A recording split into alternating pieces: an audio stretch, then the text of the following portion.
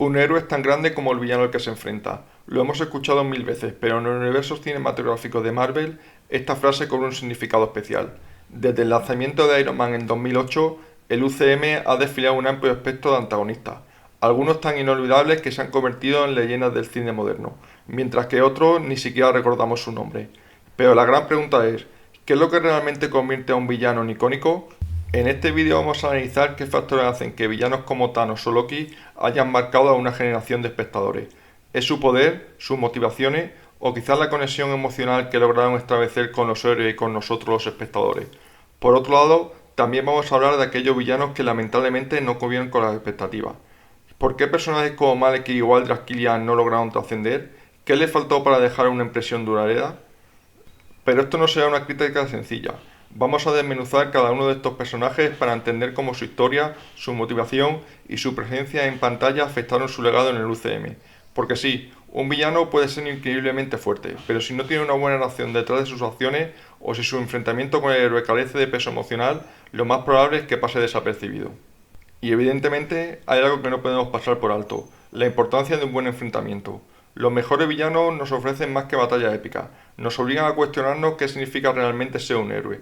Desde las decisiones morales de Killmonger hasta el implacable idealismo de Thanos. Cada uno de estos antagonistas nos mostró que ser un villano no es tan sencillo como parece, y eso es lo que lo hace memorable.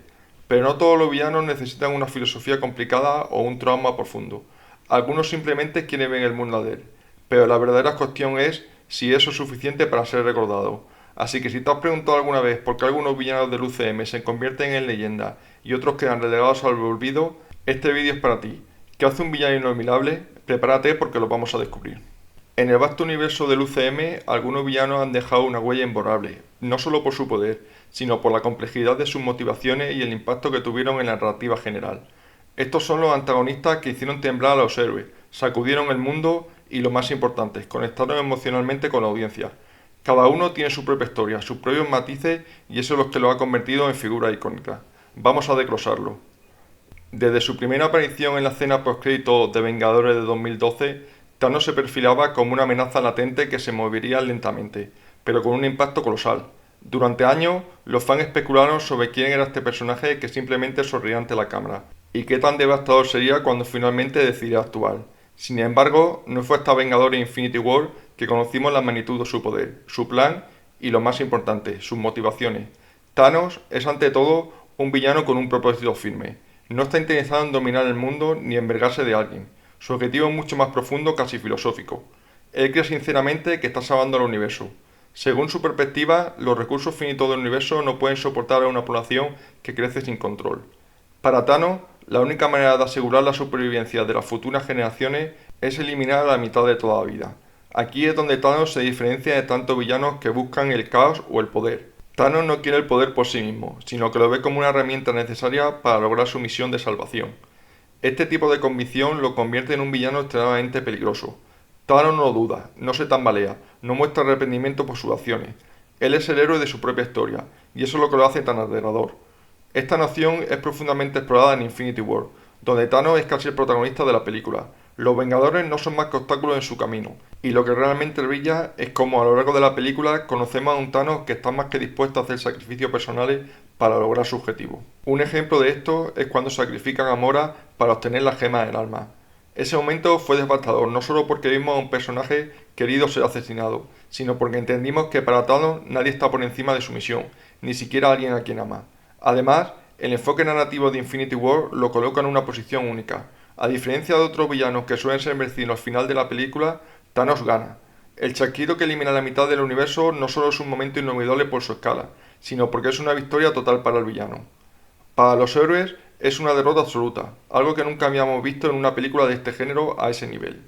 Otro factor que hace tan inolvidable es la coherencia de su discurso. A lo largo de su recorrido en Infinity War y en Endgame, su filosofía no cambia. Incluso sus últimas palabras, aunque está a punto de ser derrotado definitivamente, dice soy inevitable. Thanos siempre creyó que lo que estaba haciendo era necesario, y eso es lo que lo eleva por encima de otros antagonistas. No es el típico villano que disfruta el caos. Thanos cree que está poniendo en orden el universo. Finalmente está el impacto duradero de sus acciones. Aunque en Endgame los Vengadores logran deshacer el chasquido, las cicatrices emocionales y psicológicas que dejó en los héroes y en el mundo son profundas. Thanos cambió el UCM para siempre. El dolor, la pérdida, la desesperación que causó es algo que ni siquiera la victoria final puede borrar por completo. Eric Killmonger Steven, interpretado magistralmente por Michael B. Jordan, es un caso especial en el UCM. Mientras que la mayoría de los villanos suelen ser retratados como figuras a las que odiamos o tememos, Killmonger es un protagonista con el que muchos espectadores pudieron empatizar. No porque estuvieran de acuerdo con sus métodos, sino porque sus motivaciones estaban profundamente enraizadas en una causa legítima: la opresión de los pueblos afrodescendientes a lo largo de la historia. Killmonger es un villano que representa algo más grande que él mismo. Es un símbolo de la ira reprimida y el dolor acumulado por generaciones. Su historia comienza de una infancia marcada por la tragedia. Nacido como en Yadaka, Killmonger creció en los Estados Unidos. Dejó de la utopía tecnológica de Wakanda, el reino al que pertenecía por derecho. Cuando su padre Njobu es asesinado por el rey T'Chaka, el joven Eric queda huérfano, solo y lleno de odio.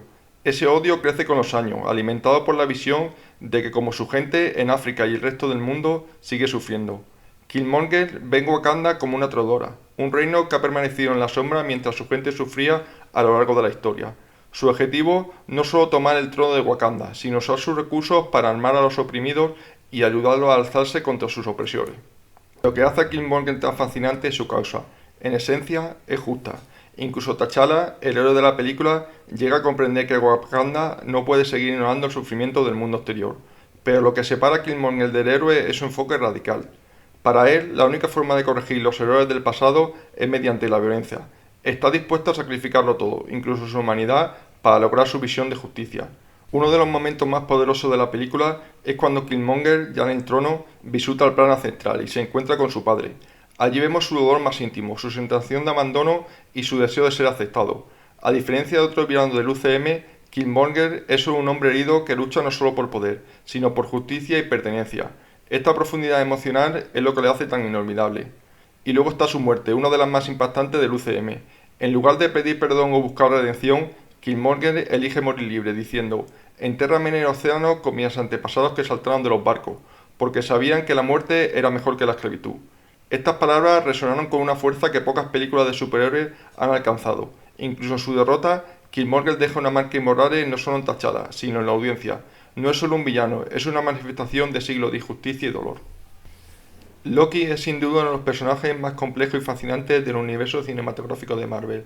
Desde su introducción en Thor en 2011, el dios del engaño ha evolucionado de ser un villano astuto y traicionero a un antihéroe trágico, y en algunos casos incluso un aliado de los héroes. A lo largo de sus múltiples apariciones, Loki ha demostrado ser mucho más que un simple antagonista. Su carisma, su profundidad emocional y su inagotable lucha interna entre el bien y el mal lo han convertido en uno de los personajes más queridos del UCM. Para entender a Loki es importante recordar que en muchos aspectos es un personaje movido por su sensación de rechazo y abandono. Loki nació como hijo de Laufey, rey de los gigantes del hielo, pero fue adoptado por Odín tras la guerra entre Asgard y Jotunheim. Aunque fue criado como un príncipe asgardiano, siempre vivió a la sombra de su hermano Thor, el guerrero perfecto, el heredero legítimo al trono. Mientras Thor era adorado por su valor y fuerza, Loki, con su astucia y habilidad para el engaño, siempre sintió que nunca fue realmente aceptado o apreciado. Esta necesidad de valoración, de ser reconocido y amado por su familia, es lo que le impulsa muchas veces a sus acciones a lo largo de la saga. En Thor, Loki descubre su verdadera herencia como gigante de hielo, lo que le lleva a una profunda crisis de identidad. Este descubrimiento es el catalizador de su transformación de un hermano celoso a un villano resentido. Se siente traicionado por Odín y al mismo tiempo menospreciado por Thor. Su plan de conquistar Asgard y demostrar que es digno del trono no son un acto de ambición, sino una búsqueda desesperada de reconocimiento. Loki quiere ser aceptado como rey legítimo, como alguien que es más que solo el hermano de Thor. Sin embargo, en su intento de ganar poder, lo único que logra es alejarse aún más de su familia y hundirse en un ciclo de traición y engaño. Pero donde Loki realmente brilla como villano es en Los Vengadores de 2012. Aquí Loki deja detrás sus ambiciones personales para convertirse en el agente de una fuerza mayor, Thanos. Armado con el cetro y el poder del Tesseracto, Loki lidera una invasión a la Tierra, lo que eventualmente provoca la formación de los Vengadores. En esta película, Loki se presenta como un villano en toda regla, cruel, arrogante y con un desprecio absoluto por la humanidad. Sin embargo, lo que hace fascinante es que incluso en su papel de villano sigue siendo un personaje trágico. Su deseo de gobernar la Tierra no es solo un capricho, es un reflejo de su necesidad de ser visto como poderoso, como alguien digno de respeto. Uno de los momentos más icónicos de Los Vengadores es la confrontación entre Loki y Tony Stark.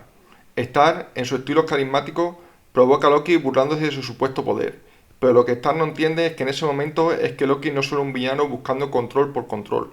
Loki tiene una profunda inseguridad, una herida que lo lleva a querer someter a los demás para sentirse mejor consigo mismo. Su famosa frase "yo tengo un ejército", seguido de la respuesta de Iron Man "nosotros tenemos a Hulk", refleja perfectamente la lucha interna de Loki. Sin embargo, Loki no es un villano unidireccional. Su historia es también una redención. En todo el mundo oscuro y en Thor Ragnarok vemos como Loki, a pesar de sus engaños y traiciones, sigue luchando con su amor por su familia, en particular su relación con Thor. A lo largo de estas películas, Loki comienza a mostrar signos de cambio. Aunque sigue siendo el dios del engaño, vemos destellos de arrepentimiento, especialmente en Thor Ragnarok, donde finalmente elige luchar al lado de Thor para salvar a Asgard de Hela. Esta evolución llega a un punto culminante en Avengers Infinity War, donde en un acto de sacrificio, Loki muere intentando salvar a su hermano y detener a Thanos. Lo que hace a Loki inolvidable es que a lo largo de sus apariciones nunca deja de ser un personaje en conflicto. Loki no es malvado por naturaleza, es un personaje impulsado por su inseguridad, su deseo de ser aceptado y su deseo de ser amado. Aunque ha cometido innumerables traiciones y actos de villanía, siempre hay una parte de él que busca redención. Este equilibrio entre su naturaleza astuta y su lucha interna le convierte en uno de los personajes más tridimensionales del UCM. Mientras que muchos villanos del UCM son productos de eras modernas y luchas contemporáneas, Johann Smith, más conocido como Cráneo Rojo, es un villano que personifica el mal en su forma más pura. Introducido en Capitán América el primer Vengador en 2011, Cráneo Rojo es una figura profundamente conectada con los horrores de la Segunda Guerra Mundial y el fanatismo nazi. Sin embargo, su historia va mucho más allá de ser solo un nazi con superpoderes. Cráneo Rojo es el primer villano del UCM que realmente puso en marcha la búsqueda de las gemas del infinito, estableciendo así el tono para las amenazas cósmicas que vendrían después. Desde el principio, Johann Smith es presentado como el líder de Hydra, una organización paramilitar que nació de la ceniza del Tercer Rey. Smith es más que un simple comandante, es alguien que se ve a sí mismo como superior a todo, incluso a Adolf Hitler. Su visión lo lleva a experimentar con el suelo del supersoldado, lo que lo transforma físicamente en Cráneo Rojo. Esta transformación no solo es una manifestación de su maldad interior, sino también una representación simbólica de su deseo de poder absoluto. Cráneo Rojo no solo quiere dominar el mundo, quiere trascenderlo y convertirse en una fuerza imparable. Uno de los momentos clave que hace a Cráneo Rojo tan innominable es su sesión con el Tercer Acto, una de las gemas del infinito. Es el primer personaje en el UCM en descubrir su potencial, y su deseo de usarlo para crear armas de destrucción masiva lo coloca como una amenaza global. En Capitán América el primer Vengador, Cráneo Rojo no solo se enfrenta a Steve Rogers, sino que también introduce la idea de que el poder que busca va más allá de la Tierra. Este vínculo con las gemas del infinito no solo establece su lugar en la historia del UCM, sino que también lo conecta con eventos mucho más grandes que vendrán en futuras películas. Cráneo Rojo es un villano que representa el mal en su forma más absoluta. Es arrogante, cruel y completamente desprovisto de empatía. Mientras que otros villanos del UCM tienen motivaciones más complejas o trágicas, Cráneo Rojo es un fanático que cree en la superioridad de su visión del mundo. Su odio por los débiles y su deseo de dominación global lo hacen un antagonista sin remordimiento, lo que lo convierte en un contraste perfecto para el idealismo puro de Capitán América. En muchos sentidos, Cráneo Rojo es el opuesto diametral de Steve Rogers, lo que hace que su confrontación sea aún más significativa. Pero la historia de Cráneo Rojo no termina en el primer Vengador. En Avengers Infinity War y en Endgame, Cráneo Rojo reaparece de manera completamente inesperada como el guardián de la gema del alma en Vormir. Este giro fue una sorpresa para los fans y añadió una nueva capa a su legado. Ahora Cráneo Rojo no solo es recordado como el primer gran villano del UCM, sino como una figura casi mitológica, atrapada en el deber de custodiar una de las gemas más poderosas. Antes de seguir con el vídeo, vamos a hacer una breve pausa para que te suscribas y te unas al canal. ¿Ya lo has hecho? Pues venga, vamos a seguir. No todos los antagonistas del UCM logran alcanzar el estatus de iconos como Thanos o Loki. Algunos, a pesar de sus grandes poderes o potenciales, quedan en el olvido por diversas razones. Una narrativa floja, motivaciones mal exploradas o una falta de presencia en pantalla. Estos villanos, aunque pudieron haber representado una amenaza seria para nuestros héroes, no lograron conectar con la audiencia o destacar en el universo más amplio de Marvel. Analicemos qué salió mal con algunos de ellos. Empezamos con Malekith, el villano de todo el mundo oscuro. Malekith, el líder de los Elfos Oscuros, fue presentado como un antagonista con una conexión profunda con la historia cósmica de Asgard. Sin embargo, a pesar de sus orígenes y su supuesta amenaza, Malekith terminó siendo uno de los villanos más olvidables del UCM. Para empezar, Malekith no tiene un trasfondo emocional que lo humanice o lo haga interesante. Sabemos que los Elfos Oscuros fueron derrotados por Odín y los Asgardianos miles de años atrás, y que Malekith busca vengarse y devolver al universo a un estado de oscuridad utilizando el éter, que luego descubrimos que es una de las gemas del infinito. Pero fuera de eso, no tenemos mucha más información que la haga comprensible o carismático. No se explora cómo Sarota afectó personalmente a Maleki, o qué lo motiva más allá de su deseo de venganza y destrucción. Visualmente, Maleki es impresionante, con su diseño oscuro y siniestro, pero esto no compensa la falta de desarrollo narrativo. A lo largo de la película, simplemente parece moverse de un lugar a otro en busca del éter, sin una personalidad destacable ni en momentos memorables.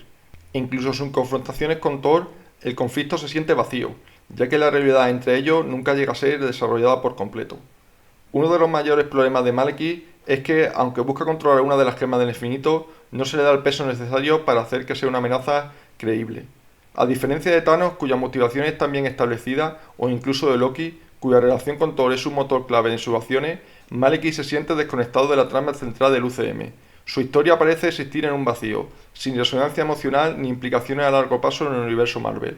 Además, Thor el Mundo Oscuro es a menudo considerada una de las películas menos memorables del UCM, y gran parte de esto se debe a su villano. Maleki carece de carisma y no ofrece ningún desafío emocional o filosófico a los héroes. Como resultado, su presencia en la película, a pesar de su poder, no deja una huella significativa. Doctor Strange nos presentó a Caecilius, un antiguo maestro de las artes místicas que se rebeló contra la anciana en su búsqueda de la inmortalidad. Interpretado por el talentoso Mike Mikkelsen, Caecilius tenía el poder de ser un villano integrante y filosófico, pero al final su personaje se quedó corto y no alcanzó el impacto esperado. Para empezar, las motivaciones de Caecilius son bastante simples y no se exploran a profundidad. Desea obtener el poder de Dormammu para alcanzar la vida eterna, algo que hemos visto en muchos otros villanos antes. Lo que podría haber sido una exploración interesante sobre el miedo a la muerte y el deseo de trascendencia se reduce a un conflicto básico de poder. No se nos da mucha información sobre por qué Caecilius siente tanto miedo de la muerte, ni qué experiencias personales lo llevaron a desafiar a la anciana. Otro problema es que aunque Caecilius tiene algunos momentos visualmente impactantes en la película, como la manipulación de la realidad en la batalla, su presencia en pantalla nunca se siente realmente amenazante. Doctor Strange, un novato en el mundo de las artes místicas, logra enfrentarlo sin demasiado problema, lo que le quita parte de su credibilidad como villano formidable. Además, su conexión con Dormammu lo convierte en una especie de intermediario, un villano que actúa en nombre de alguien más poderoso, lo que disminuye más aún su impacto. A pesar de que Matt Mikkelsen hace un trabajo admirable con el material que se le da, Caecilius se siente subutilizado. El personaje carece de desarrollo y personalidad, y sus motivaciones nunca llegan a ser lo suficientemente claras o convincentes para hacer que la audiencia se preocupe realmente por él. Además, en comparación con otros villanos del UCM, su historia es casi irrelevante para el arco más amplio de la franquicia, lo convierte en un villano fácilmente olvidable. Seguimos con Ronan el Acusador, que hizo su debut en Guardianes de la Galaxia 2014 como el principal antagonista de la película. Desde su primera aparición, Ronan parecía tener todo lo necesario para ser un villano formidable, un diseño imponente, una conexión directa con Thanos y una motivación clara de venganza contra Sanda y el Cuerpo Nova. Sin embargo, a pesar de todos estos elementos, Ronan nunca logró destacar como un villano memorable en el UCM. Uno de los problemas principales de Ronan es que sus motivaciones son extremadamente unidimensionales. Está motivado por su odio hacia los sandarianos y su deseo de destruirlos, pero más allá de eso no hay mucho más que lo haga interesante. Es un fanático que sigue un código rígido de justicia, pero no se nos da ningún contexto emocional o histórico que haga que su cruzada tenga peso emocional. A diferencia de Thanos, cuyas motivaciones están tremendamente enraizadas en su visión del universo, Ronan simplemente parece estar enojado y en busca de venganza sin mayor profundidad. Además, su relación con Thanos es decepcionante. Ronan empieza como un subordinado de Thanos, pero rápidamente se revela contra él al obtener la gema del poder. Esta rebelión podría haber sido un momento significativo, mostrando a Ronan como un villano capaz de desafiar incluso al titán loco. Sin embargo, la escena se siente apresurada y sin impacto, y la supuesta amenaza de Ronan nunca se materializa de forma convincente. Al final, los Guardianes de la Galaxia, un grupo de inadaptados, lo derrotan fácilmente, lo que le quita aún más credibilidad como villano serio. Otro factor que contribuye a que Ronan sea olvidable es que en una película como Guardianes de la Galaxia, que está llena de humor, personajes carismáticos y momentos memorables, Ronan simplemente no logra destacar. A pesar de ser el villano principal, sus escenas son planas y sin el dinamismo necesario para competir con personajes como Star-Lord, Rocket y Groot. Por último, en Iron Man 3 de 2013, Alden Killian fue presentado como el cerebro detrás de Extremis y el verdadero villano de la película, aunque inicialmente se pensó que el mandarín, interpretado por Ben Kingsley, sería el principal antagonista. La revelación de que Killian estaba detrás de todo y el que el mandarín era solo una fachada fue uno de los giros más polémicos del UCM, y es en gran parte lo que ha hecho que Killian sea recordado como uno de los villanos más olvidables. Desde el principio, Aldrich Killian es presentado como un empresario despreciado que busca venganza contra Tony Stark. Aunque esta motivación de venganza personal tiene sentido, no es lo suficientemente fuerte para sostener a un villano que supone que debe ser una amenaza global.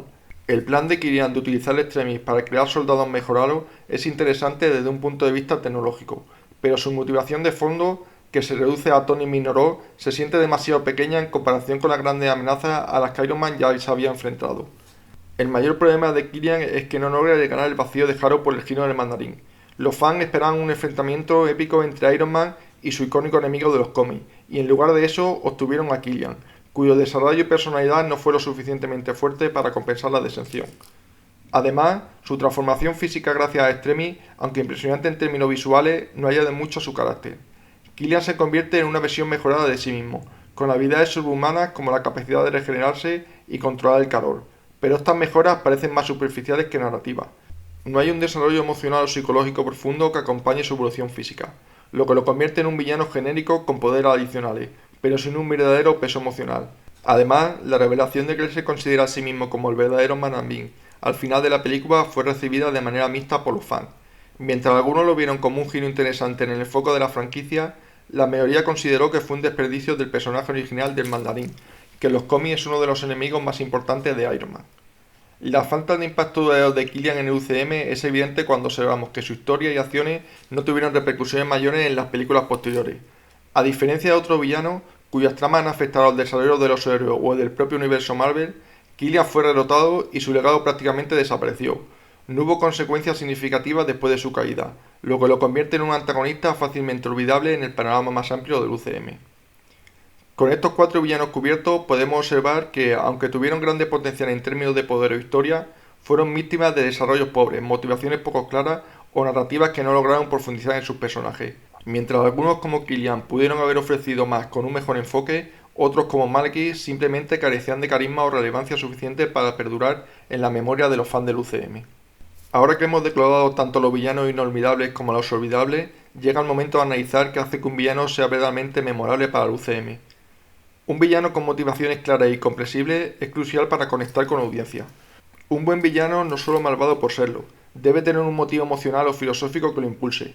Los villanos más memorables del UCM, como Killmonger o Thanos, destacan porque sus motivaciones son, en cierto modo, entendibles, incluso justificables. Thanos, por ejemplo, no desea destruir la mitad del universo porque odia la vida, sino porque cree que es la única manera de salvarlo del colapso. Para él, es un sacrificio necesario y su creencia está tan finamente arraigada que el público llega a empatizar con él. Killmonger, por otro lado, tiene una motivación muy humana, la injusticia y el sufrimiento de los afrodescendientes a lo largo de la historia. Su rabia es palpable, y aunque sus métodos son extremos, su deseo de rectificar siglos de opresión tiene peso emocional. Es un villano que plantea cuestiones reales y refleja problemas del mundo moderno. En contraste, villanos como Malekith y Kaecilius no tienen esas motivaciones profundas.